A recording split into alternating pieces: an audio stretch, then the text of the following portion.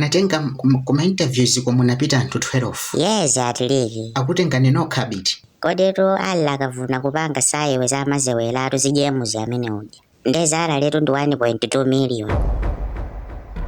Salale muzilandira bwa? 1.2 million atiliki. No way.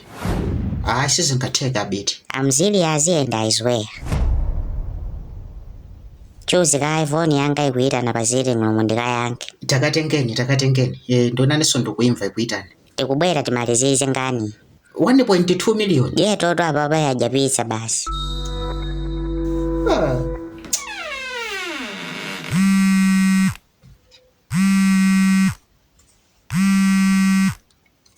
Yes, because Trick. Bobo mata. You sound happy, bro. I say ndangolandira good news. Abita anapita kuma interviews analipo anthu 12 atenga okha ntchito ija ndimakuza kuti atenga ma interviews zija. Congrats bro. Koma unacheza nawo abiti wokuti ma interview anaenda bwanji. Chifukwa tu akazangana atengaso. Ndakunena kuti anatenga azimayi okha akuti 12 kaya. And onse kuti alembe ntchito amene kagona ndi mabwana kumene. Kutero kwa bantu mafani ngokufusa kuti abiti ku interview zinaenda bwanji ngati atenga udziwonso kuti apanga zina zake ndi mabwana kumene. Fana after kupita kumene after kumene anapitako anapita nawo ku lodge amene analola. Serious because Basi wewe ngwafusa abiti kuti ma interview analotani. Komabe basi congratulations pa ntchito zikudani zikusowa.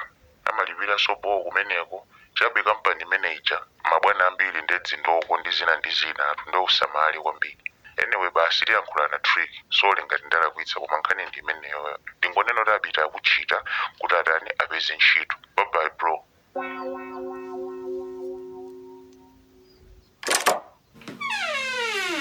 Kodi tukamba ni akulopu nelizina bwerere kuzazewera asisi.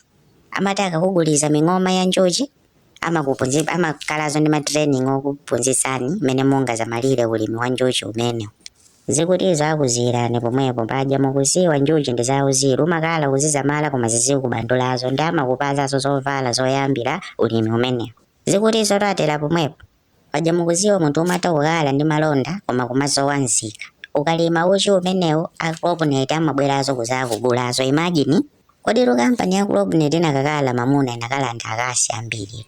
Apete pangane changu foniyo palizokambirana mwachangu changu ati mupange changu foniyo palizotete kambirani. Atiliki ndikuyankhula betuvoni. Ndetu kuti mupange changu koma.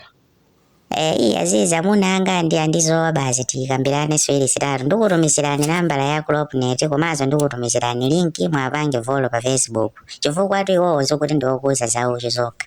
Ndizokuza za agriculture za ulimi inijeno zomutakufuza zina ndi zinazo kumeneko. Ndikuti tikupa mbalame kasingati ndi mwala umosi. Tiyakulana azizi zikula bwino. Bye bye. Ndamaliza atilika munanga. Makuti anthu akuti ngati anthu 12 ma interview yake amaenda bwa.